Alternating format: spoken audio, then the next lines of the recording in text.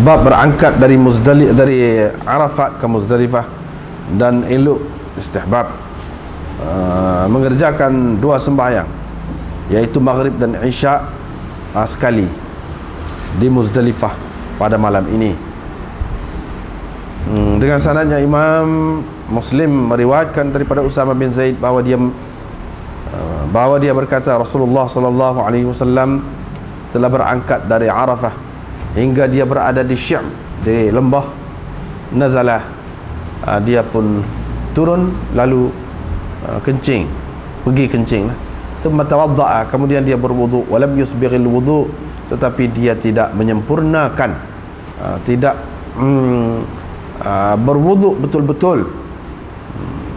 Faqultu lahu as-salah, saya pun berkata kepadanya, sembahyangkah? Yang engkau nak sembahyang? Qala, Nabi sallallahu alaihi wasallam bersabda, sembahyang di hadapanmu, sembahyang di hadapan lagi. Farakiba, maka Nabi sallallahu alaihi wasallam pun naik kenderaan dia. Bila dia sampai ke Muzdalifah, dia turun, dia pun mengambil air sembahyang. Fa'asbaghal wudu, dengan menyempurnakan wudunya, dengan berwudu betul-betul. Fa'asbaghal wudu, kemudian diiqamahkan untuk sembahyang. Fa shallal maghrib, maka Nabi sallallahu alaihi wasallam sembahyang maghrib. Kemudian masing-masing orang menurunkan ataupun mendudukkan untanya di tempat masing-masing lah.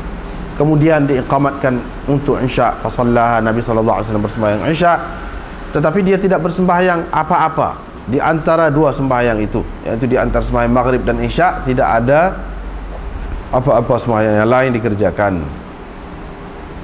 Dengan sanadnya Imam Muslim meriwayatkan daripada Usama bin Zaid, katanya Rasulullah sallallahu alaihi wasallam pergi selepas berangkat daripada Arafat ke salah satu lembah untuk qada hajat. Fasababtu alaihi minal ma', selepas itu saya tuangkan air kepadanya. Faqultu, saya bertanya dia, atusalli, adakah engkau mahu sembahyang? Maka Nabi sallallahu alaihi wasallam menjawab, al musalla amamak, tempat sembahyang di hadapanmu. Dengan sanadnya Imam Muslim meriwayatkan daripada Usamah lagi, dia berkata Rasulullah sallallahu alaihi wasallam telah berangkat dari Arafah. Bila dia sampai ke lembah, nazala, dia turun. Fabala, lalu dia kencing. Walam yaqul Usama, Usama tidak berkata araqal ma', dia mengalirkan air. Qala, kata perawi, fada'a bima'in, maka dia pun meminta air. Fatawadda'a wudu'an laysa bil baligh, dia pun mengambil air sembahyang dengan tidak bersungguh-sungguh lah. Qala faqultu, kata Usama, saya pun berkata, wahai Rasulullah, engkau hendak sembahyang? Nabi sallallahu alaihi wasallam menjawab, sembahyang di hadapanmu. Qala, kemudian kata perawi, thumma sara, kemudian dia berjalan hingga sampai ke Jam'an, yakni Muzdalifah, lalu dia bersembahyang maghrib dan isya. Riwayat daripada Quraib bahawa dia bertanya Usama bin Zaid, bagaimana kamu lakukan bila engkau naik gendong Rasulullah sallallahu alaihi wasallam pada petang Arafah itu? Dia berkata, kami pergi ke Syam, yakni lembah yang mana orang ramai menghentikan unta dia di situ untuk sembahyang maghrib. Maka Rasulullah sallallahu alaihi wasallam pun menurunkan ataupun menghentikan, mendudukkan untanya dan dia kencing. Wa maqala, dia tidak berkata, yakni Usamah tidak berkata ahraqal ma', yakni Nabi sallallahu alaihi wasallam mengalirkan air, tidak, dia tak kata begitu.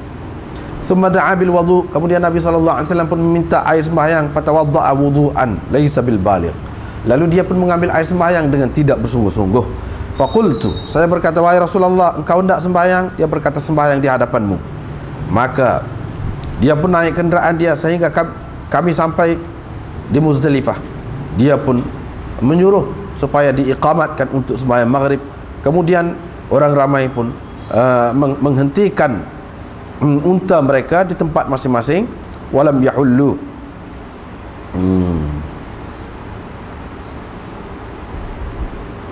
dan mereka tidak membuka, walam yahullu, ataupun berhenti dengan tetap, hatta aqamal isya, sehingga Nabi sallallahu alaihi wasallam memerintahkan supaya diiqamat untuk sembahyang isya lah, isya al-akhirat maksudnya isya.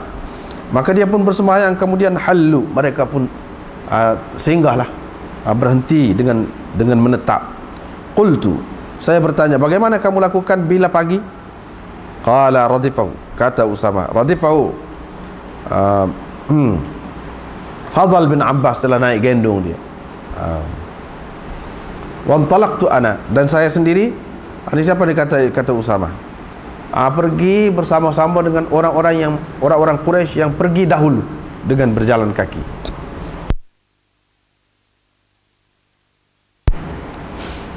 Dengan sanad yang Imam Muslim meriwayatkan daripada Usamah bin Zaid bahawa Rasulullah SAW bila sampai ke Naqb, nama tempat yang mana pemerintah-pemerintah, pemimpin-pemimpin berhenti di situ, dia pun turun lalu dia kencing, dan dia tidak berkata ahraqa, yani dia mengalirkan air, tak ada kata lagu itu. Thumma da'a bi wudu, kemudian dia pun minta air sembahyang, fatawadda'a, lalu dia pun mengambil air sembahyang dengan ringkas. Faqultu, saya berkata, wahai Rasulullah, engkau hendak sembahyang?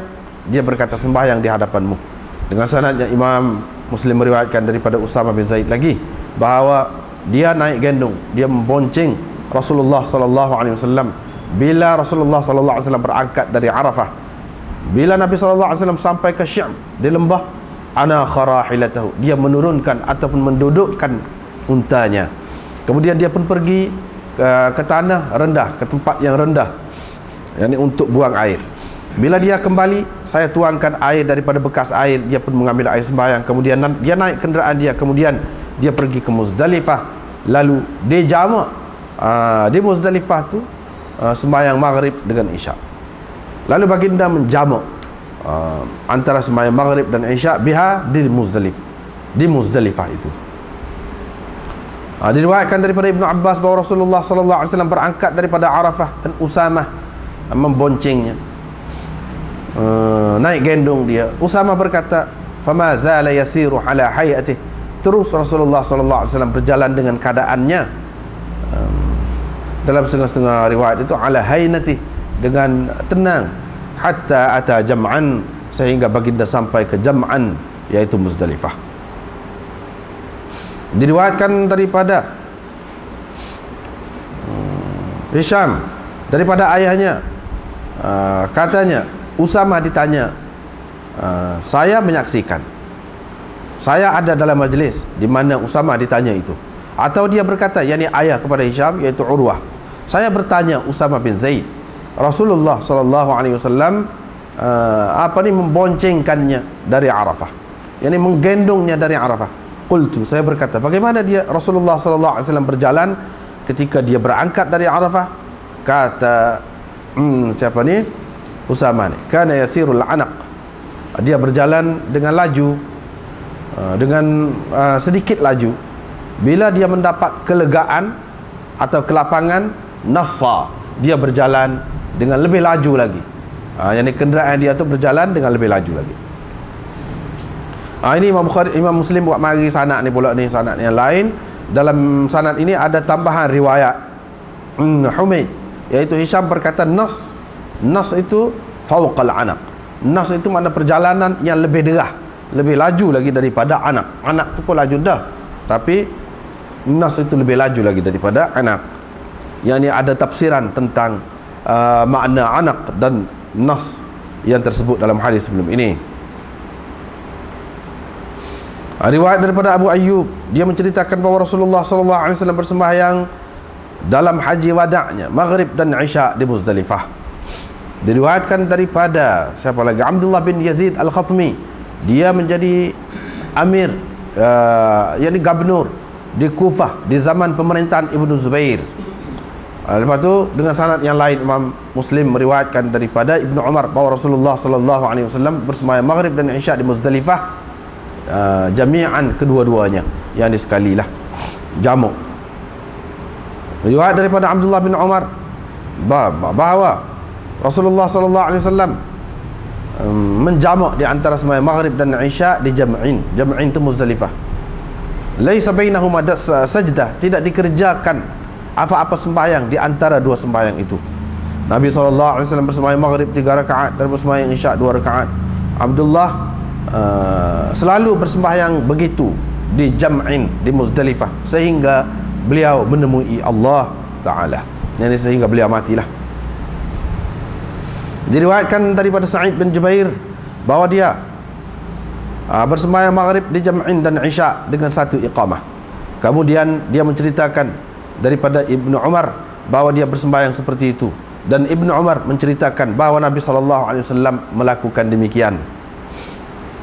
Dalam sanad yang Imam Muslim buat mari, sanad yang lain pula ada disebutkan Nabi SAW mengerjakan kedua-dua sembahyang itu, yang di maghrib dan isya itu bi iqamatin wahidah, dengan satu iqamat sahaja. Diriwayatkan daripada Ibnu Umar katanya Rasulullah SAW jamak sembahyang jamak maghrib dan isya di jam'in di Muzdalifah.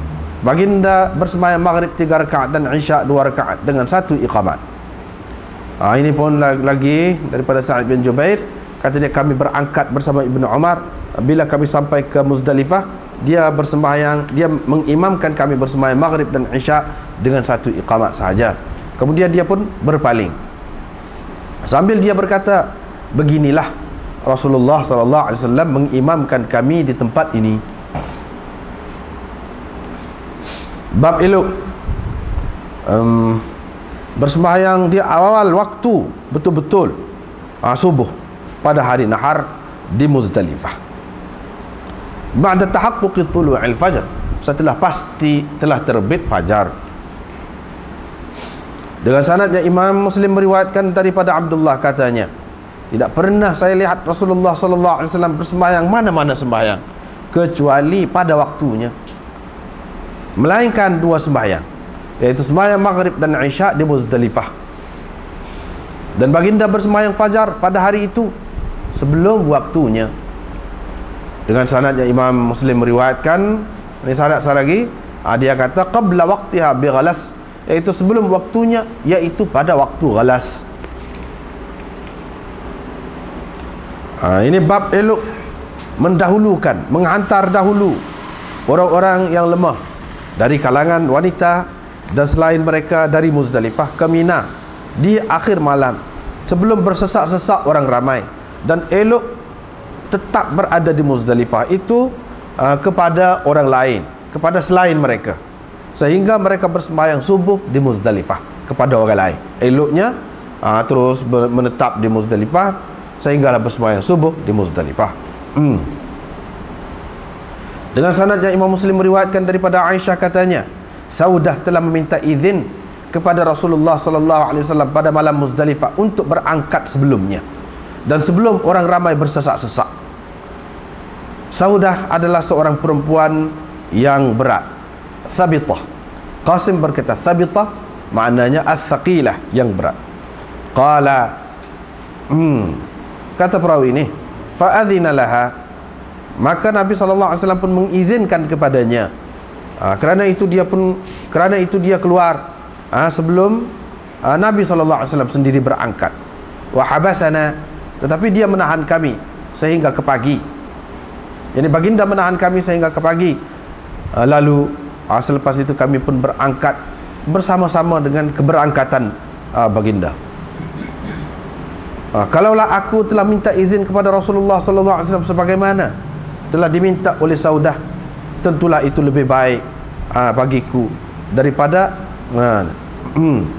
dengan keizinannya aku berangkat, tentu lebih baik kepadaku daripada aku mendapat sesuatu yang disenangi, mafruhin bihi.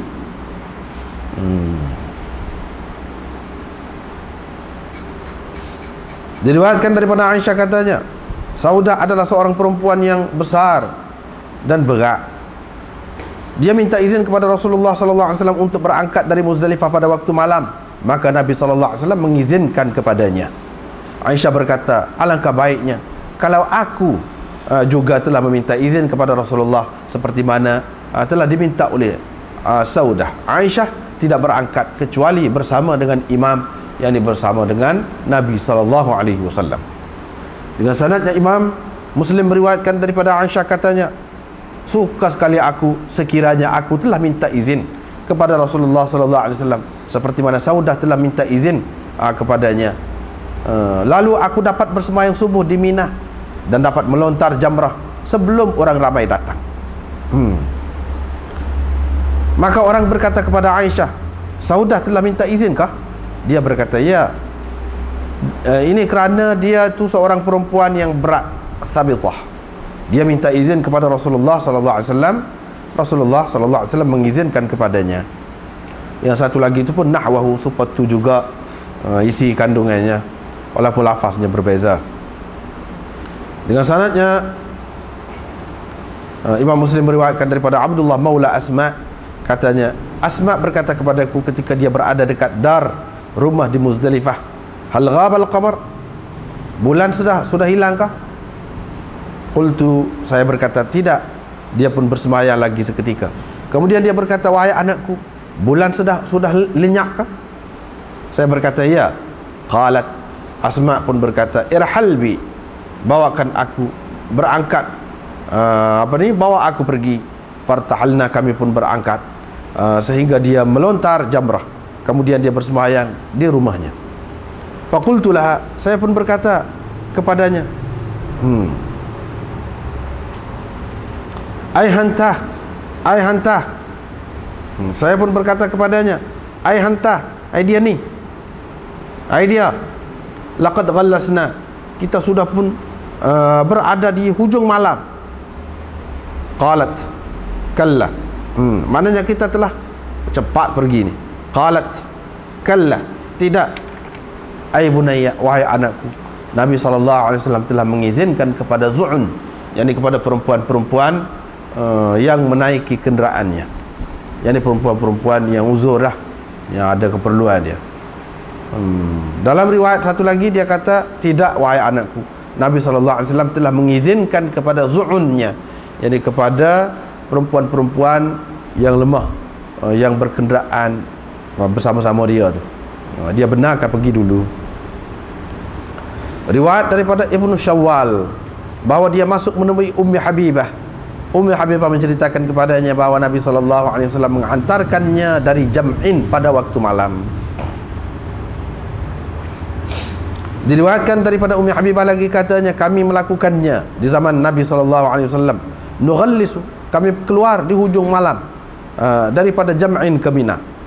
Dalam riwayat An-Naqid, nughallis Muzdalifah, yakni kami keluar pada waktu ghalas dari Muzdalifah. Ini riwayat daripada Ibnu Abbas, dia berkata Rasulullah SAW telah menghantar aku bersama-sama dengan orang-orang yang berat ataupun barang-barang. Qala, ataupun dia berkata bersama orang-orang yang lemah dari Jam'in, dari Muzdalifah pada waktu malam. Dengan sanadnya Imam Muslim meriwayatkan daripada Ubaidullah bin Abi Yazid bahawa dia mendengar Ibnu Abbas berkata, saya adalah di antara orang yang Rasulullah SAW hantarkan dahulu bersama-sama dengan ahli keluarganya yang lemah. Dengan sanadnya Imam Muslim meriwayatkan daripada Ibnu Abbas, katanya saya bersama-sama dengan orang yang Rasulullah SAW dahulukan, yakni hantar dahulu, bersama-sama dengan orang-orang yang lemah dari ahli keluarganya. Ibnu Abbas berkata Rasulullah SAW telah menghantar aku pada waktu sahur dari Jam'in fi thaqali nabiyillah, bersama-sama dengan orang-orang yang berat ataupun barang-barang Nabi SAW. Qultu, saya berkata, abalaghaka anna Ibn Abbas qal, adakah engkau mendapat tahu, adakah sampai berita kepadamu bahawa Ibnu Abbas berkata, ba'atha bi bilailin tawilin. Ibnu Abbas berkata Rasulullah SAW telah menghantar aku ketika masih malam jauh lagi daripada subuh. Itu makna lailin tawil. Qala, kata Ibnu Abbas, kata perawi ni, kata Atha ni, tidak kecuali macam tadilah, dia kata, iaitu pada waktu sahur. Qultulahu, saya berkata kepadanya, adakah Ibnu Abbas? Faqala Ibnu Abbas, ramaina al-jamra qabla al-fajr. Kami melontar jamrah sebelum fajar. Di mana dia bersemayam fajar? Qala, kata Atha, la illa kadhalik, tidak, macam itulah hak dia sebut ni, macam tu.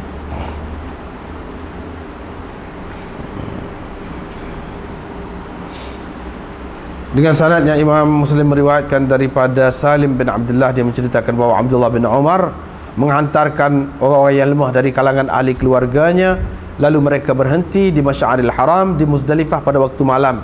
Di situ mereka berzikir, yakni mengingati Allah sebanyak mana yang dikehendaki mereka lah. Kemudian mereka berangkat sebelum imam berhenti di situ. Wa qabla an yadfa'a, dan sebelum imam berangkat.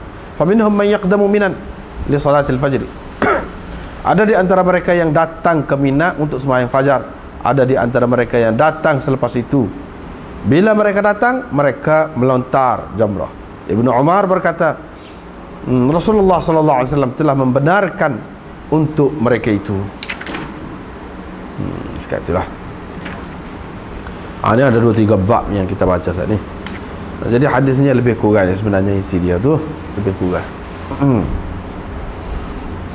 Bab yang pertama malam ni yang kita baca iaitu berkenaan dengan ifadah, yakni keberangkatan daripada Arafat ke Muzdalifah. Daripada Arafat berangkat ke Muzdalifah.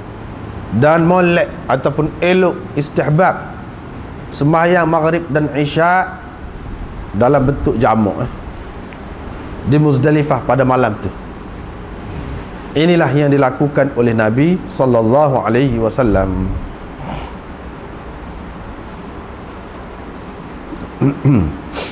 Dari segi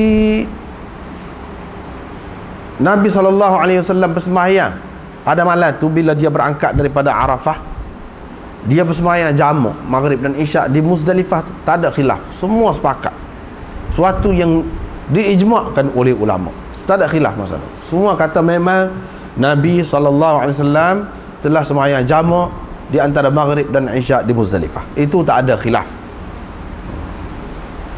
Cuma yang khilafnya iaitu tentang hukum, tentang hukum bersembahyang pada malam tu. Kalau sembahyang maghrib tu tidak di Muzdalifah, macam mana?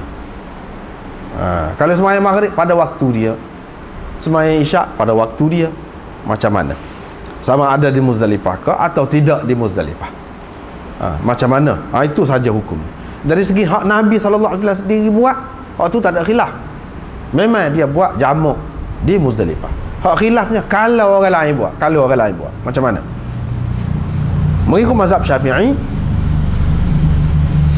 iaitu Nabi SAW bersembahyang di Muzdalifah dengan jamak tadi tu adalah sebagai mustahab, molek lah, elok. Sebab itulah Imam Nawawi buat tajuk ni istihbab, elok, molek. Kalau kita sembahyang molek saja, bukan wajib, bukan mesti. Kalau seseorang itu sembahyang kedua-duanya dalam waktu maghrib, mana jamak takdim? Jamak takdim pada waktu maghrib. Hak tadi hak Nabi SAW buat tu jamak takhir. Jamak takhir. Itu tak ada khilaf lah. Kalau seseorang tu buat kedua-duanya dalam bentuk jamak takdim, ataupun ni yang kedua, bentuk yang kedua, di tengah jalan. Di tengah jalan dia buat tu. Hak ni sembahyang di Muzdalifah, dia sampai di Muzdalifah cepat, lalu dia sembahyang maghrib dan isyak jamak takdim di Muzdalifah. Itu yang pertama. Yang kedua, sembahyang tengah jalan, kedua-duanya. Atau masing-masing sembahyang itu, ni yang ketiga, dalam waktu masing-masing. Maghrib sembahyang dalam waktu dia, isyak sembahyang dalam waktu dia, tak kira lah di Muzdalifah ke ataupun sebelum di Muzdalifah, di lain. Macam mana? Mengikut mazhab Syafi'inya harus, boleh. Kalau kita nak buat lagu tu pun boleh. Cumanya orang yang buat lagu sani tidak dapat fadilat, kelebihan, keutamaannya dia tidak dapat. Sebab apa? Sebab dia tidak buat seperti hak Nabi SAW buat, yang mana disepakati oleh semua ulama. Hak Nabi SAW buatnya iaitu jamak takhir, dan buat tu di Muzdalifah. Bila dia tak buat tadi, tak boleh lah, tak ada fadilat. Tapi setengah-setengah ulama pula ada mengatakan kalau seseorang tu dia sembahyang dulu, tak boleh, dia kena sembahyang semula, buat sebab ni. Itu dalam mazhab Malik, salah satu pendapat dalam mazhab Malik, dia katakan tak boleh, dia kena buat lagu ni, tak boleh buat lagu lain. Dengan sebab ada khilaf, siapa kau kata tak sah nak tu, kena ulang semula sembahyang maghrib saat ni. Kalau dia buat dulu pada tu di tempat ni, kena ulang semula. Oleh kerana ada juga khilaf tu, baiknya kita tak usah buat lah, kita buat serupa ni, buat serupa hak Nabi SAW buat. Ada khilaf. Lepas tu hak tentang lebih tu, semua kata lebih buat serupa hak Nabi SAW buat ni. Tapi oleh kerana ada khilaf juga, kata tak boleh, baik juga kita jaga melera lah orang khilaf. Jadi kita buat di Muzdalifah.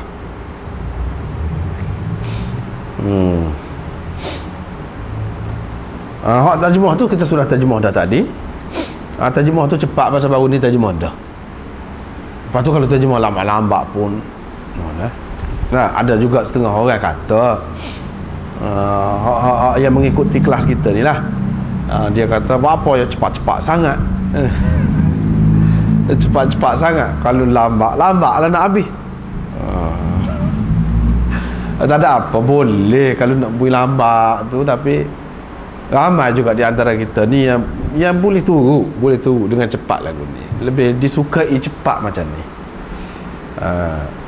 Lebih disukai cepat macam ni. Sebab hak ngaji dah. Jadi anak pun rasa baik-baik kita buat cepat lah. Tepat-tepat slow tu slow, gitulah. Sport skala lah.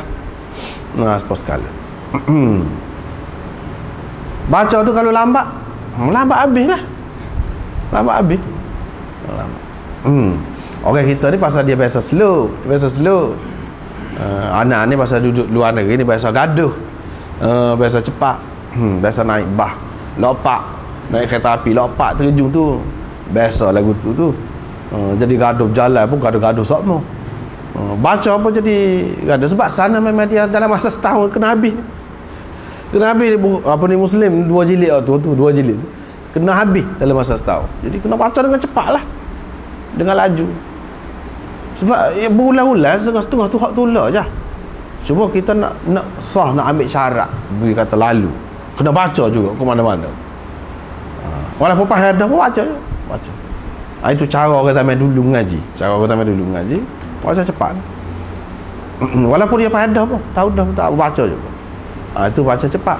Terjemah cepat tu lagu saat ni lah. Kalau tidak jadi lambat lah.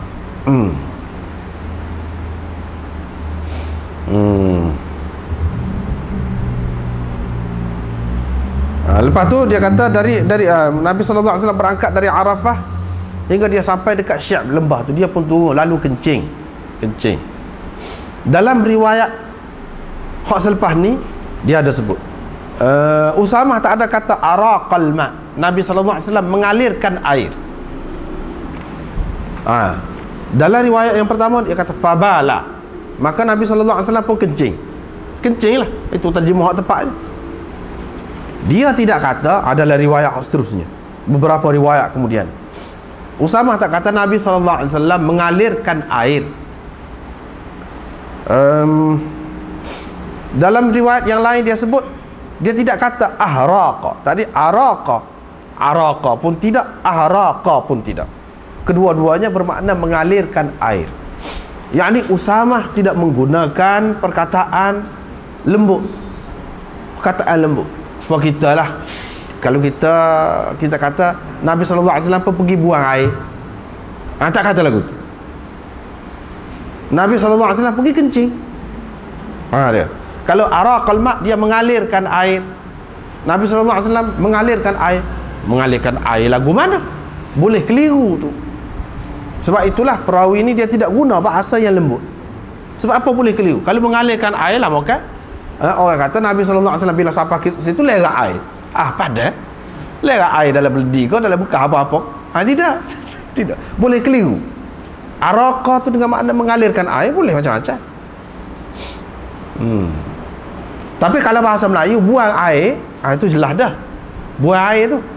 Tapi takut-takutlah ada orang tak reti apa ni jenis simpulan bahasa, jenis-jenis lagu tu tak reti.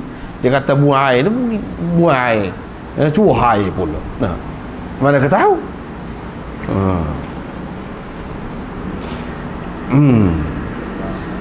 Dengan sebab itu perlu digunakan bahasa yang tepat. Kalau di tempat boleh keliru, tak salah guna bahasa lembut. Guna bahasa yang jelas, tak keliru.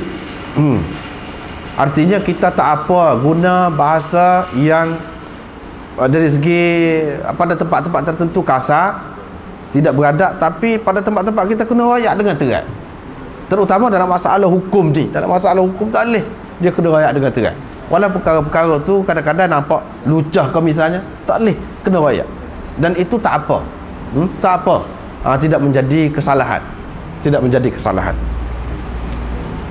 Tidak kata biadab terhadap Nabi SAW. Kita tak boleh kata dia ni biadab. Apalah kata Nabi kencing. Tak ada ke bahasa lain. Tak boleh. Kita tak boleh kata. Memang sepatutnya guna lagu ni. Sebab kalau guna lagu lain boleh keliru. Nabi SAW pun ambil wudu lepas pada tu. Walam yusbiril wudu. Dalam riwayat yang lain kita baca dia mengambil wudu an khafifan. Wudu yang ringkas. Ataupun dalam riwayat yang kita baca kemudian lagi, wudu'an laisa bil baligh. Wudu yang tidak bersungguh-sungguh. Artinya wudu ni dia ada dua macam. Satu wudu bersungguh-sungguh, wudu dengan sempurna, wudu yang berat, gitu. Iaitu basuh 3 kali anggota tadi. Hak mana 3 kali itulah. Dan gosok dengan gosok. Dengan gosok. Itu makna isbarul wudu. Hak ni tidak.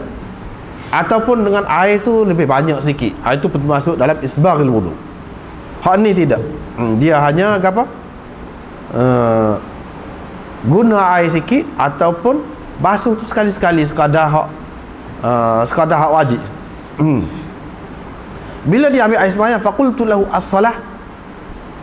Usamah pun kata kepada dia. Usamah kata, saya kata kepada Nabi SAW, as-salah, ambil air sembahyang ni nak sembahyang ke? Sebab biasanya ambil air sembahyang ni nak buat sesuatu yang perlu ada air sembahyang lah. Ambil air sembahyang ni nak sembahyang, apalagi waktu pun sudah masuk. Nabi SAW kata, sembahyang di hadapanmu. Sembahyang di hadapanmu. Ini menunjukkan bahawa Nabi SAW ni dia sentiasa menjaga air sembahyang dia. Sedapat mungkin lah.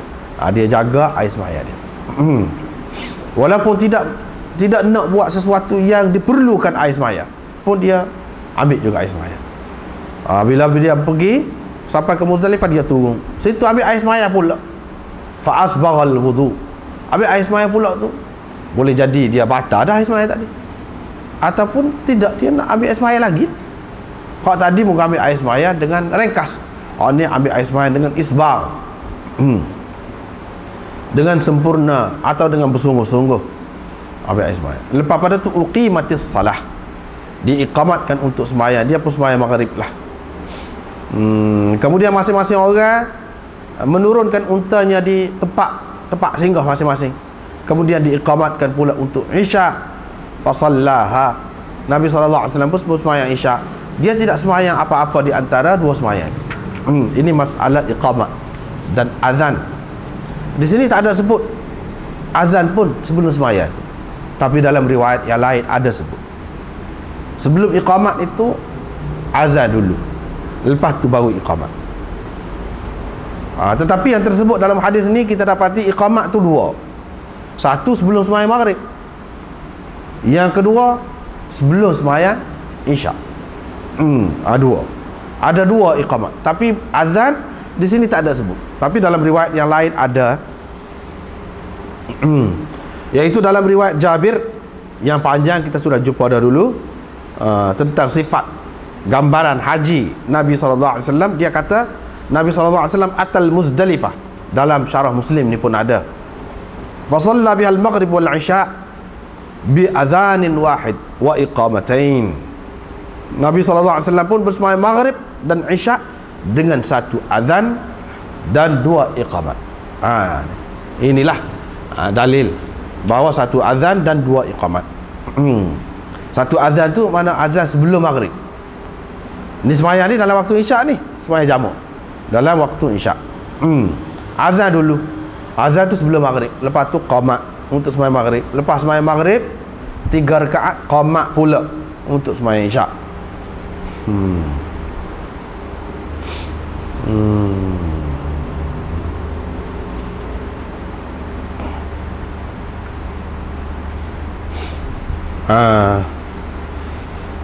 Inilah yang dipegang oleh Imam Syafi'i, Imam Ahmad dan orang yang sependapat dengan mereka. Tapi Imam Malik tak. Dia kata lagu lain. Dia kata dalam masalah ni dia kena 2 azan dan 2 iqamat.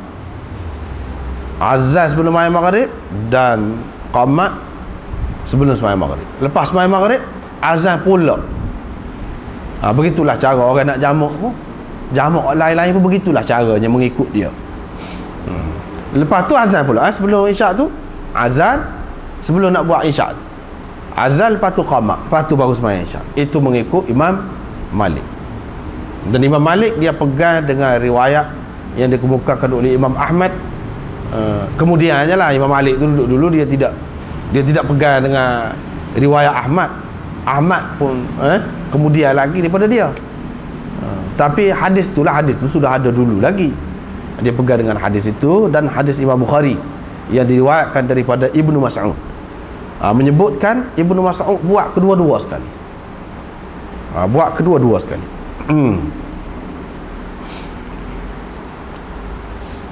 Dia pegang dengan itu lah.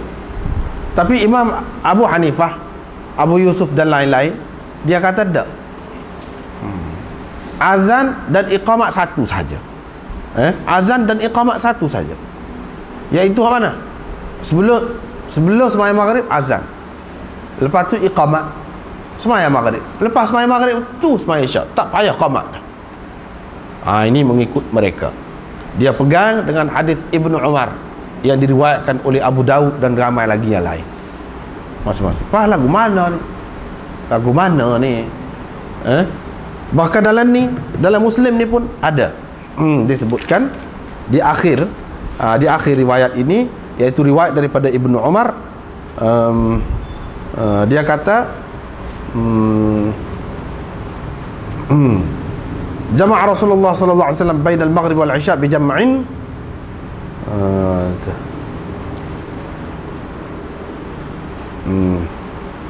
bi iqamatin wahidatin dengan satu iqamat saja. Ini ada riwayat di akhir bab ni, riwayat daripada Ibnu Umar. Iaitu bainal maghrib wal isya bi jam'in shalla Rasulullah sallallahu alaihi wasallam jama'an. Jama'a Rasulullah sallallahu alaihi wasallam bainal maghrib wal isya bi jam'in shalla al maghrib thalathan wal isya rak'atain bi iqamatin wahidatin, dengan satu iqamat saja. Satu iqamat di mana? Sebelum maghrib.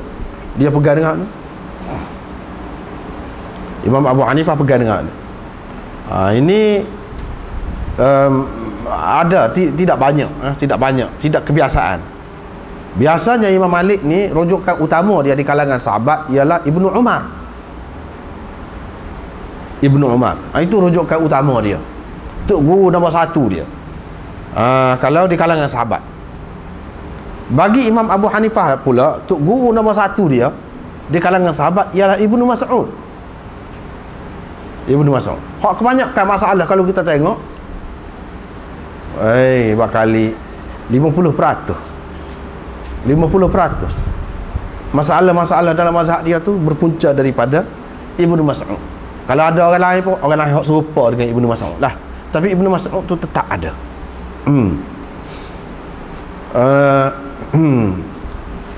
Dia pegangan dia, rujukan utama dia di kalangan sahabat ialah Ibnu Mas'ud. Tapi dalam masalah ni tak. Inilah tak. Imam Malik pegang dengan Ibnu Mas'ud. Ni. Imam Abu Hanifah pegang dengan Ibnu Umar dalam masalah ni. Tidak seperti mana hak biasa. Ada juga. Sebab apa? Sebab mujtahid itu dia tidaklah kata terikat apabila dia ikut Ibnu Mas'ud sama tak boleh dah ikut orang lain. Tak ada lagu tu. Tak ada terikat lagu tu. Apa yang dia buat keputusan tu adalah berdasarkan ijtihad dia. Dia nampak hak ni hak kuat. Hak 2 kali iqamat ataupun 2 kali ban tu dia takwil kot lain. Dia takwil lagu lain. Orang hak kata Nabi sallallahu alaihi wasallam ban 2 kali, qamat 2 kali. Dia pakai Ibnu Mas'ud. Dan Nabi sallallahu alaihi wasallam buat lagu tu dia. Buat lagu tu. Lepas tu dalam riwayat ni tak ada sebut. Itu dia kata ringkas. Riwayat ringkas. Kita kena pakai riwayat yang sebut semua sekali. Kita dapati ada hak sebut kedua-dua. Ban pun ada, qamat pun ada sebelum maghrib. Sebelum isyak ban pun ada, qamat pun ada. Hak ni kita nak lagu mana? Hak ni sahih juga. Amalan sahabat. Takkan dia nak buat saja mana-mana dia. Sahabat ni cukup anti bid'ah. Dia tak say benda bid'ah. Dia buat mesti dia tahu. Kalau hak sebut sah, dia kata itu ringkas, dia riwayat secara ringkas, ataupun boleh jadi dia dengar satu. Dia takwil lah. Bagi orang yang mengatakan satu, dia utamakan riwayat hak lebih kuat. Riwayat hak lebih kuat, iaitu hadis Jabir. Hadis Jabir menyebutkan bab sekali, qamat 2 kali. Hadis Jabir dalam bab haji ni, orang lebih utamakan hadis Jabir berbanding orang lain. Sebab apa? Sebab hadis dia paling lengkap dan paling jelas. Hadis dia. Sebab itu kata dia, kita kena utamakan hadis Jabir. Imam Syafi'i, Imam Ahmad pegang dengan tu lah. Dia kata dalam hadis Jabir sebut sekali ya, bad qamat 2 kali. Itu pandangan dia pergi situ. Dia tengok hadis Jabir lebih baik kita pegang. Kita kena letak di atas sekali. Ni pula Imam Malik pula kata Ibnu Mas'ud takkan dia nak buat sendiri dia daripada fikiran dia. Tak boleh. Apa lagi mengikut mazhab Ibnu Mas'udnya, Nabi SAW tidak jamak, tidak buat jamak lain. Tak ada lain. Jamak lain tak ada. Dalam mazhab Hanafi jamak ni tak ada. Jamak ni dalam mazhab Hanafi tak ada. Tiba-tiba hak ada pun dia terima. Hak ni dalam riwayat yang kita baca ni kemudian ni, hak dia semaya tidak dalam waktu dia, hak ni di Muzdalifah. Tentu dia cerita hak ban 2 kali tu hak ni. Tak ada lain dah, sebab lain dia tak terima. Maknanya dia yakin pada masa ni ban 2 kali. Sebab tu dia buat 2 kali. Kalau tidak takkan dia mana-mana buat. Ini pandangan Imam Malik. Sebab dia tak terima ni jamak-jamak lain. Hak dia terima hak ni. Apabila dia cerita tentang jamak, dia jelas benar jamak ni lah. Hak 2 kali ban, tak ada, dia tak terima hak lain. Orang lain tak cerita pula pada ketika ni 2 kali ban. Itu masalah dia ringkas. Sebab riwayat boleh jadi ada ringkasan dalam riwayat. Diringkaskan riwayat. Imam Abu Hanifah pula, dia kata Ibnu Umar tu lebih molek. Hak Ibnu Umar lebih molek. Sebab apa dia gini? Kalau kita perhati, kata dia, kalau kita perhati ni riwayat kita baca ni, dia kata Nabi SAW sembahyang maghrib, lepas pada tu baru masing-masing orang thumma. Kita perhati ni, riwayat yang pertama ni pun, riwayat seterusnya pun lagu tu juga banyak. Lepas pada tu masing-masing orang mendudukkan unta dia di tempat masing-masing. Mana sembahyang maghrib dulu? Lepas pada sembahyang maghrib tu baru pergi eret unta masing-masing pergi berduduk. Mana buat kerja lain, bukan sembahyang isyak selalu, bukan terus sembahyang isyak. Dia kata buat kerja lain. Dalam setengah-setengah riwayat dia kata makan dulu. Lepas sembahyang maghrib tu ta'asyak, dia makan dulu. Lepas makan baru sembahyang. Ini kerana sebab terpisah, kata dia. Dalam keadaan terpisah. Lepas sembahyang maghrib tu terpisah. Sembahyang isyak tu tidak selalu, tidak terus sembahyang isyak. Sebab itu dia suruh qamat semula.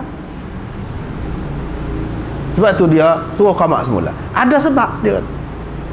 Tetapi kalau seseorang itu dia tidak buat lagu saat ni, dia sudah tepat, dia sudah tetap dah, dia sudah sembahyang maghrib, tak ada nak buat apa-apa, makan apa dah, nak sembahyang isyak selalu, adakah kena qamat pula? Tidak, tak kena qamat. Pada sekali qamat yang mula-mula tu lah, dia buat ikut tu, dia nampak kot tu. Hak yang Nabi SAW sembahyang apa ni suruh qamat tadi, ada sebab dia, sebab sudah terpisah. Sebab sudah terpisah di antara 2 sembahyang tadi. Ini juga, hadis ini juga menunjukkan bahawa sembahyang jamak takhir ini boleh terpisah, senggang. Di antara sembahyang hak dulu dengan hak kemudian tu boleh senggang. Tapi kalau jamak takdim tak boleh senggang. Tak boleh senggang. Lepas sembahyang yang pertama kena sembahyang selalu yang kedua. Kalau senggang tak boleh, tak jadi. Dia kena sembahyang dalam waktu dia. Tapi kalau jamak takhir boleh senggang sikit. Mana dalil? Hak ni dalil. Jamak takhir ni ada senggang, ni dalil dia.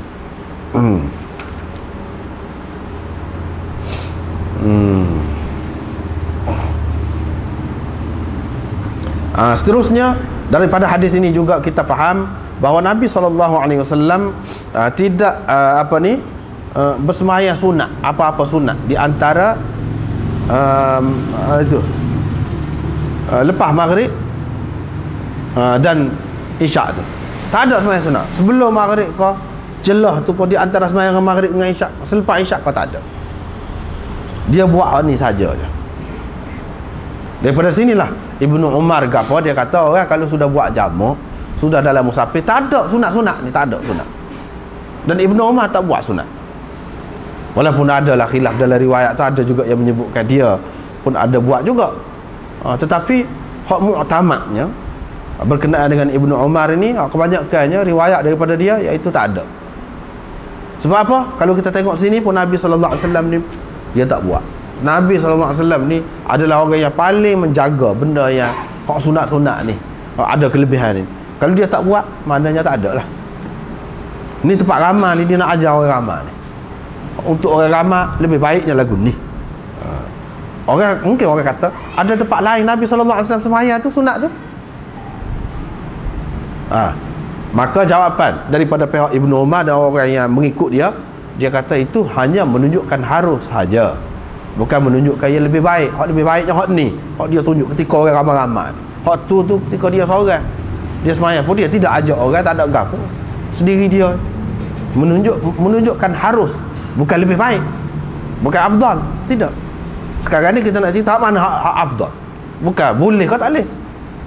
Boleh tu boleh kalau nak sembahyang berdasarkan hadis-hadis yang lain, boleh, harus. Tetapi dah Nabi SAW tidak buat, lebih molek kita tak usah buat lah. Dia kata sekurang-kurangnya di sini tidak buat ni di sini. Walaupun ketika lain kita musafir lain kita buat sembahyang sunat, tapi di sini hak lebih baiknya, tentunya lebih baik, iaitu tidak buat. Sebab apa? Nabi SAW sendiri tidak buat.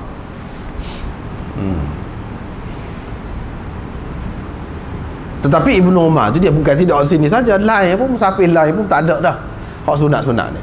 Dia kata kalau nak buat hak sunat, lebih baik buat sepenuhlah. Tak ada qasar apa, tak ada.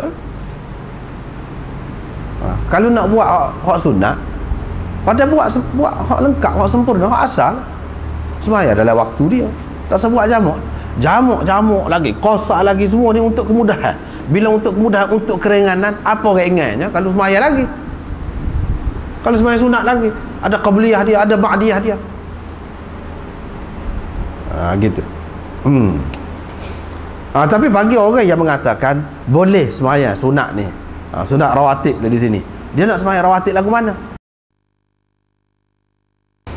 Tapi bagi orang yang mengatakan boleh sembahyang sunat ni, sunat rawatib di sini, dia nak sembahyang rawatib lagu mana? Adakah sembahyang sunat rawatib tu hak sebelum, hak selepas maghrib? Dia nak sembahyang lepas maghrib? Dah hak sebelum isyak, dia nak sembahyang sebelum isyak? Begitu ke? Tidak. Bahkan dia sembahyang selepas. Itu kaedahnya. Dia sembahyang selepas, bukan sembahyang di celah tu. Bukan sembahyang di celah tu. Yang lebih baiknya dia sembahyang kemudian. Ini pun disebutkan oleh Imam Nawawi dalam syarah dia.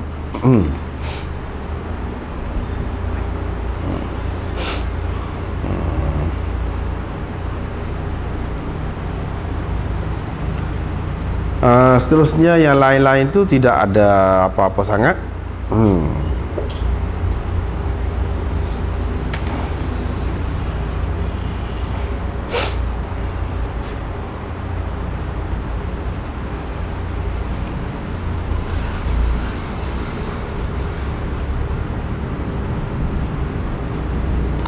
Dalam hadis-hadis ini juga kita dapati bahawa Nabi SAW bersembahyang maghrib 3 rakaat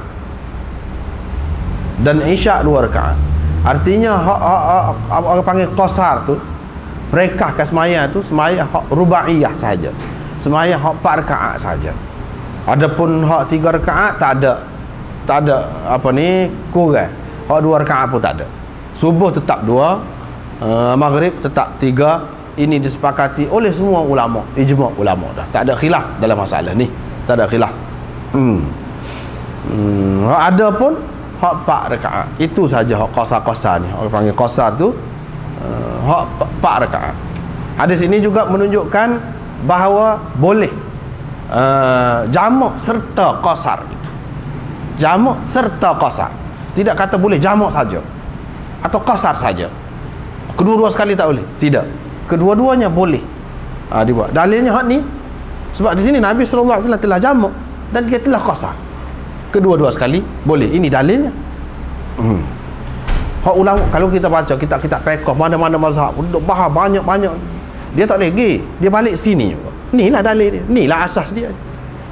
Lepas tu nak haluh-haluh lagi, pecah-pecah dia tu, ranting-ranting dia tu, memang banyaklah dalam fiqh. Tetapi asas dia bagi sini juga. Inilah asas dia. Hak kata boleh jamak dan qasar tu, inilah asasnya. Inilah puncanya. Bagi Imam Abu Hanifah, dia kata tak ada jamak. Dia kata tak ada jamak. Qasar itu ada, bahkan qasar itu wajib. Dosa kalau tak sembahyang qasar. Kalau dalam perjalanan mana-mana pun, kalau tak sembahyang qasar, dosa. Kena qasar. Qasar pun sebab tu juga hak 4 rakaat tu lah. 4 rakaat. Hak lain dah. Hak tu sudah sepakat dah. Qasar wajib, tak qasar dosa. Hak afdal tu tentu lagi lah, lebih-lebih lah afdalnya. Tapi jamak tak ada. Jamak dia tak ada. Berarti bagi mereka jamak serta qasar tu tak ada lah dalam konsep mereka, tak ada. Jamak serta qasar tak ada. Adanya qasar saja. Qasar dalam waktu masing-masing, tetap dalam waktu dia, tak boleh buat dalam waktu lain. Lepas tu ada dalam hadis tersebut jamak-jamak, dia kata jamak suri. Tu jawapan dia. Jamak suri tu buat satu sembahyang dalam waktu dia tetapi di akhir waktu, dan satu lagi sembahyang betul-betul di awal waktu sehingga nampak sekali. Itu jamak suri yang ada. Hak tu yang dia terima. Jamak lain dia tak terima. Jamak serta qasar tak ada lah, tak ada bagi dia. Lepas tu hak ni sini lain. Ini kecuali bagi mereka. Hak tak terima tempat lain pun sini dia terima. Sebab apa? Hadis terang. Kita tak boleh nak takwil. Hadis terang. Ini menunjukkan ulama dia guna fikiran setara mana pun, kalau hadis terang tak boleh. Hak pergi lagi, tepuh lagi, tu bukan dia lah tu. Bukan dia lah tu. Kalau dia pergi ke mana-mana pun, kalau hadis hak ni, Muzdalifah ni semua ijma'. Memang Nabi SAW buat lagu ni. Siapa-siapa pun semua molek buat lagu ni. Yang ni jamak serta qasar lagu ni. Semua terima. Di tempat lain tak boleh. Tempat lain tak jelas. Sebab tidak jelas. Mengikut mereka.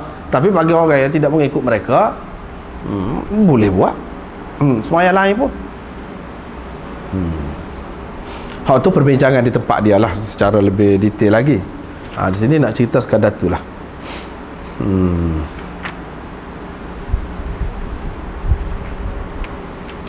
Cuma di akhir hadis ini, oleh kerana kita Muslim ni, dia ada kaedah dia sendiri.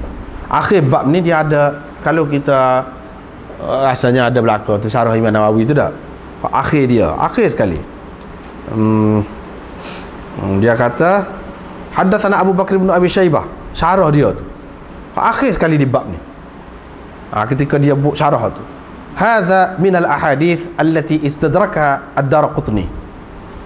Ini adalah salah satu hadis yang dipertikaikan kesahihannya oleh Daraqutni.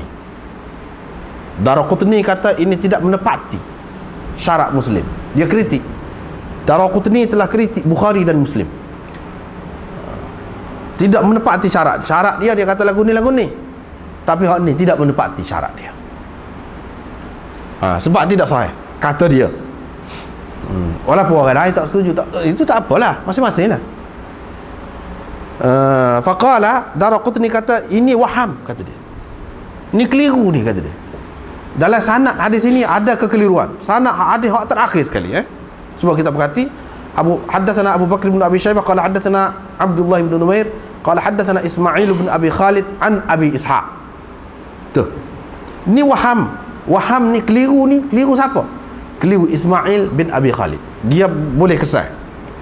Keliru ni keliru siapa? Keliru Ismail bin Abi Khalid. Sebab apa? Sebab orang lain ramai lagi anak murid Abi Ishaq. Anak murid Abu Ishaq, di antara mereka ialah Syu'bah, Sufyan Ats-Tsauri, Israel, dan selain mereka ramai lagi. Semua ni meriwayatkan daripada Abi Ishaq, daripada Abdullah bin Malik, daripada Ibnu Umar. Qala, kata Ibnu Umar gitu. Tak ada lagu ni. Kata Ismail bin Abi Khalid an Abi Ishaq qala Abu Ishaq Qala Sa'id bin Jubair afadna ma'a ibni Umar, lagu ni tak ada. Dia kata ini keliru, waham. Sebab apa? Sebab dia seorang ni. Dia kata Ismail ni walaupun dia ni seorang yang thiqah, orang yang boleh dipercayai, tetapi hak disebut tadi orang-orang lain tu anak murid Abu Ishaq lebih kuat lagi daripada dia. Lebih kuat. Dan ramah pula. Ramah lagi, lebih kuat lagi daripada dia. Sekat tu dia. Jadi dia kritiklah hadis. Bermakna hadis ini perawinya thiqah. Seorang perawi thiqah, dia meriwayatkan berbeza daripada perawi-perawi thiqah yang lain. Ramah lagi. Hadis ini syadz. Jadi syadz. Bila syadz tidak sahih, kot tu dia gini. Tetapi kita kena perhati. Ini benda yang kena perhatinya. Apa dia? Imam Muslim letak mana hadis ni? Kaedah sama. Baru ni anda sebut dah. Ziyad bin Abdullah Al-Bakkai, dia letak mana? Di hujung sekali. Hak ni pun di hujung sekali. Imam Muslim tahu dah. Dia sudah jangka dah. Mungkin orang akan pertikaikan. Dia letak alik belakang. Tengok. Nampak hebat dia tu. Nampak kita tengok sekali tengok nampak susun hadis gitu je. Lebih gab dia kan? Kita kata. Dapat kedua ayat hadatsana lagu tu. Dia ada tu rahsia di sebalik. Perkiraan dia ada perkiraan. Macam di sini dia letak akhir sekali hak ni. Kalau kita nak katakan syadz pun, itu pendapat dia lah. Tetapi bagi Imam Muslim yang dia letak sini, walaupun dia dapat dah orang boleh pertikaikan, tapi dia ni siqah. Ada kemungkinan dia riwayat dengan cara ni. Dia kata sebab itulah Imam Nawawi jawab. Wa jawabu ma sabaqa bayanu marrat fi nadhairi annahu yajuz. Boleh jadi Abu Ishaq ni telah mendengarnya dari dua tariq. Dia meriwayatkan dengan kedua-dua tariq itu. Abu Ishaq meriwayatkan hak ni kepada Ismail melalui tariq ni, tariq Sa'id bin Jubair. Tetapi pada ketika yang lain dia riwayat kepada anak-anak murid dia hak lain melalui tariq yang lain, iaitu an Abi Ishaq an Abdullah bin Malik an Ibni Umar qala. Gitu. Boleh jadi itu. Ini perbahasan dari segi sanad, tapi dari segi matan dia tetap sahih. Matan dia tu semua terima. Matan dia tu. Ada kalanya sesuatu hadis itu dipertikaikan dari segi sanad dia saja. Matan dia tidak pertikai sebab orang lain pun riwayat lagu tu juga benda sama juga. Itu jawapannya. Boleh jadi dia ni Abu Ishaq ni cerita kepada Ismail bin Abi Khalid lagu ni. Hak dia cerita kepada orang lain lagu lain. Tapi Abu Ishaq tu sendiri terima melalui kedua-dua tariq tadi. Boleh jadi. Kita tak boleh kata dia tersalah waham ke? Tak boleh. Tak boleh lagi waham kata setara tu. Sebab itu Imam Muslim terima. Terima. Sebab ada kemungkinan lain. Dia bukan orang dhaif, Ismail. Dia orang thiqah. Dia orang thiqah. Ini termasuk di dalam ziyadah thiqah lah. Ziyadah thiqah maqbulah. Kaedah tu. Ziyadah tambahan perawi yang boleh dipercayai. Tambahan perawi yang boleh dipercayai ini walaupun dia seorang, kita boleh terima. Apalagi dari segi isi dia tu pun serupa juga. Tak ada benda lain. Itu baik. Habis di situ. Kemudian istihbab ziyadat at-taghlis bi salati subh. Elok sembahyang pada waktu ghalas betul-betul, di awal waktu ghalas. Sembahyang subuh ni pada hari nahar. Hari nahar ni hari yang ke-10 di Muzdalifah. Selepas pasti telah terbit fajar sadiq. Riwayat daripada Abdullah, yakni Abdullah bin Mas'ud, katanya tak pernah saya lihat Rasulullah sallallahu alaihi wasallam bersembahyang mana-mana sembahyang kecuali pada waktunya. Ni dia pegang dengan ni lah. Tak ada jamak-jamak tu. Tak ada jamak takdim ke jamak takhir tempat lain, tak ada. Sebab apa? Tak pernah dia kata saya lihat Nabi SAW bersembahyang mana-mana sembahyang kecuali pada waktunya. Jamak ni tidak sembahyang pada waktu. Dia pegang dengan ni kecuali dua sembahyang, melainkan dua sembahyang, iaitu sembahyang maghrib dan isyak dijam'i. Hak ni dia terima. Hak lain tak pernah dia lihat. Kalau ada pun itu jamak suri. Mereka faham lagu tu. Tetapi orang lain pula kata Nabi SAW tidak bersembahyang melainkan pada waktunya. Ni dalam keadaan biasa. Dalam perjalanan, waktu bagi sembahyang itu boleh, mana lega. Dalam waktu lain pun boleh juga. Waktu dia dah tu. Waktu dia juga.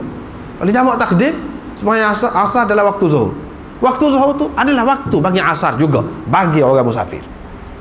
Dia jawab kau tu. Dia jawab kau tu. Betul tak sembahyang pada waktunya dalam keadaan biasa, dalam keadaan musafir? Waktu juga menjadi waktu. Waktu zuhur adalah waktu juga bagi asar, bagi orang yang sembahyang jamak takdim. Waktu asar adalah waktu juga bagi sembahyang bagi sembahyang zuhur, bagi orang yang jamak takhir. Waktu sembahyang dalam waktu juga. Dia kata kita tak boleh nak tinggal. Banyak sekali Nabi SAW buat pada waktu yang lain dalam musafir tu. Kita nak rana tu, nak takwil tak boleh, nak kata jamak suri pun tak boleh sabar ni, sebab terang kita nak lagu mana tu. Hak ni kita kena takwil, bukan takwil hak lain, takwil hak ni. Dia kata kita kena takwil hak ni. Yang ni tidak sembahyang melainkan pada waktunya. Ni sembahyang biasa memang ketika tidak musafir. Ketika ada keperluan seperti musafir, memang dia sembahyang pada waktu lain. Tapi waktu lain itu pun sudah jadi waktu tu juga, seperti anda sebut tadi. Wa shallal fajr yawma idzin qabla miqatiha. Dan dia bersembahyang fajar, sembahyang subuh pada hari itu sebelum waktunya. Ini semua kena takwil hadis ni. Sebab kalau kita mengikut zahir sebelum waktu, adakah boleh sembahyang subuh sebelum subuh, sebelum masuk subuh? Tak ada. Itu sudah ijma' dah. Sembahyang ni kena masuk waktu dia. Tadi dia kata Nabi SAW sembahyang pada waktunya. Ini sembahyang sebelum waktu. Macam mana? Sebelum waktu tak masuk lagi waktu subuh, dia sudah sembahyang subuh. Tadi dia kata Nabi SAW tidak bersembahyang mana-mana sembahyang kecuali pada waktunya. Nampak macam mana? Apa makna ni? Sebab itulah Imam Muslim buat mari salat lagi sanad. Dia kata qabla waqtiha bi ghalas. Yang ni sebelum waktunya pada waktu ghalas. Pada waktu ghalas itu pun waktu subuh dah. Tetapi awal betul. Masuk saja waktu subuh, terus sembahyang. Ghalas tu sendiri makna waktu subuh dah. Tidak dikatakan ghalas kecuali setelah masuk subuh. Tetapi ghalas itu panjang waktunya. Masuk saja subuh, ghalas dah. Lepas tu panjang lagi selagi gelap. Tak nampak, tak kenal orang, tak caw orang kalau kita tengok daripada jauh. Itu waktu ghalas lagi. Selepas itu barulah isfar. Cerah tu pun dia tak naik lagi matahari, tapi waktu isfar. Daripada sinilah Imam Abu Hanifah, Ibnu Mas'ud dan orang yang sependapat dengan mereka ni, dia kata sembahyang subuh ni molek pada waktu isfar. Hak kebanyakannya Nabi SAW sembahyang pada waktu isfar, bukan pada waktu ghalas. Sebab apa? Ni hadis ni dia kata Rasulullah sembahyang sebelum waktunya. Tentu sekali sebelum waktu ni, sebelum waktu hak biasa. Hak biasanya dia tidak sembahyang pada waktu ghalas lah. Sebab dia kata ni dia sembahyang pada waktu ghalas. Hak sembahyang pada waktu ghalas ni sini saja. Bermakna hak biasanya dia tidak sembahyang pada waktu ghalas. Dia bersembahyang pada waktu isfar. Gitu. Dia sembahyang pada waktu isfar. Apalagi mereka ini dia pegang dengan hadis-hadis lain, asfiru bil fajr fa innahu a'zamu lil ajr. Sembahyang subuh pada waktu fajar, pada waktu isfar, Nabi SAW kata, kerana ia lebih membesar, lebih membanyakkan pahala. Isfar tu mana? Cerah dah. Kalau kita tengok orang nampak dah. Sebab tu tidak pelik kalau kita pergi ke Pakistan, waduh dia mau sembahyang subuh lewat, cerah dah, baru sembahyang subuh. Cerah pun tidak terbit matahari lagi. Tidak terbit matahari lagi. Dalam 20 minit gitu. Nak terbit matahari, di baru dia sembahyang. Waktu isfar. Inilah hadisnya. Dalam Bukhari pun ada juga ni. Sebab dia kata Rasulullah sembahyang subuh pada hari itu sebelum waktunya. Imam Nawawi kata mana? Cuba kita tengok ni. Fa qawluhu qabla waqtiha ay al-murad qabla waqtiha al-mu'tad. Yang sebelum waktu biasa dia sembahyang. Jadi kalau dia tidak sembahyang pada waktu ni biasanya, biasanya dia sembahyang pada waktu mana? Lepas pada ghalas isfar, tak ada orang lain dah. Lepas pada tu naik matahari, mana boleh sembahyang. pada masa tu. Kalau sembahyang pun qada lah. Ini sembahyang dalam waktu. Atas dasar ni lah mereka ni kata sembahyang pada waktu isfar itu lebih afdal. Sembahyang pada waktu isfar lebih afdal. Dia kata lagi dalam Quran pun ada disebut was-subhi idza asfara. Was-subhi idza asfara. Sama-sama boleh ni dia Quran dulu. Kita kena tengok Quran, ada masalah ni. Was-subhi idza asfara apa makna? Dan subuh bila ia masuk pada waktu isfar. Waktu isfar sudah maklum. Apa perlu Allah SWT bersumpah dengan waktu isfar untuk subuh itu? Tentulah ada banyak pahala dia, ada kelebihan situ. Kalau tidak, dia sumpah waktu dia. Was-subhi idza asfara. Dia kata situ. Tengok Quran tu dulu. Adapun kalau nak tengok Quran apa ni berkenaan dengan sembahyang subuh pada waktu ghalas, tak ada, kata dia, tak ada. Sebab itu dia kata molek sembahyang pada waktu isfar. Walau bagaimanapun mereka seperti orang lain mengatakan sah kalau sembahyang pada waktu ghalas pun sah, muka masuk waktu dia dah. Cuma waktu yang afdal bagi mereka bukan awal tapi lewat. Seperti mana waktu yang afdal bagi Imam Syafi'i untuk sembahyang Isyak bukan awal tapi lewat. Waktu lewat lebih afdal. Bagi mereka ini sembahyang subuh lebih afdalnya lewat. Tapi jangan sampai naik matahari lah. Kalau dah sembahyang lewat begitu, jangan dibaca panjang pula sampai naik matahari. Sebab itulah Imam Tahawi ni peguam bela mazhab Hanafi ni, dia kata hak sebenarnya kalau kita perhati banyak hadis-hadis hak sebut sembahyang pada waktu ghalas tu pun ada juga, kata dia. Terang kita tak boleh kata Nabi SAW biasanya sembahyang pada waktu isfar sama dak. Ada banyak dia sembahyang pada waktu ghalas. Tapi begini ceritanya. Dia kata Nabi SAW sembahyang start sembahyang pada waktu ghalas. Tapi dia sudah pada waktu isfar. Masuk kedua. Masuk kedua. Kalau lagu tu tak ada, kedua-duanya boleh terima. Sebab apa? Sebab dia baca panjang. Artinya secara tidak langsung ni pendapat dia tu menunjukkan dalam sembahyang subuh ni elok baca panjang. Supaya apa? Supaya orang bagi lewat ni pun dah sembahyang subuh. Dah sembahyang subuh. Imam Abu Hanifah pula dia kata kalau sembahyang lewat dah ramai sembahyang subuh. Moga orang bangun belakang dah, kata dia. Tak kata bangun lagi. Terpaksa kena bangun dah. Kalau tidak jadi qada. Bila begitu jadi ramai. Sebab tu kata dia jadi pahala sembahyang subuh pada waktu isfar ni lebih banyak pahala dia sebab tentu jemaah ramai, lebih ramai. Kalau awal-awal tak bangun lagi ngantuk. Dia bagi kot tu. Itu salah satu alasan dia. Tetapi Imam Tahawi kata tadi itu pun molek. Menasabah. Maknanya sembahyang awal start tu pada waktu ghalas. Tapi sudah pada waktu isfar.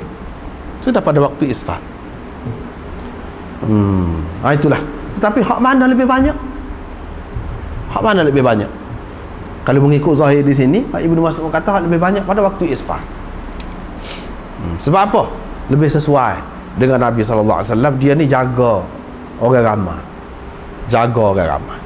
Ataupun sekurang-kurangnya supaya Imam Tahawi tu kata start awal tapi dia baca panjang sehingga dah orang lain tu, dia melera orang lain tu supaya dah semaya sekali dengan dia. Sebab semaya sekali dengan dia tu adalah satu kelebihan besar.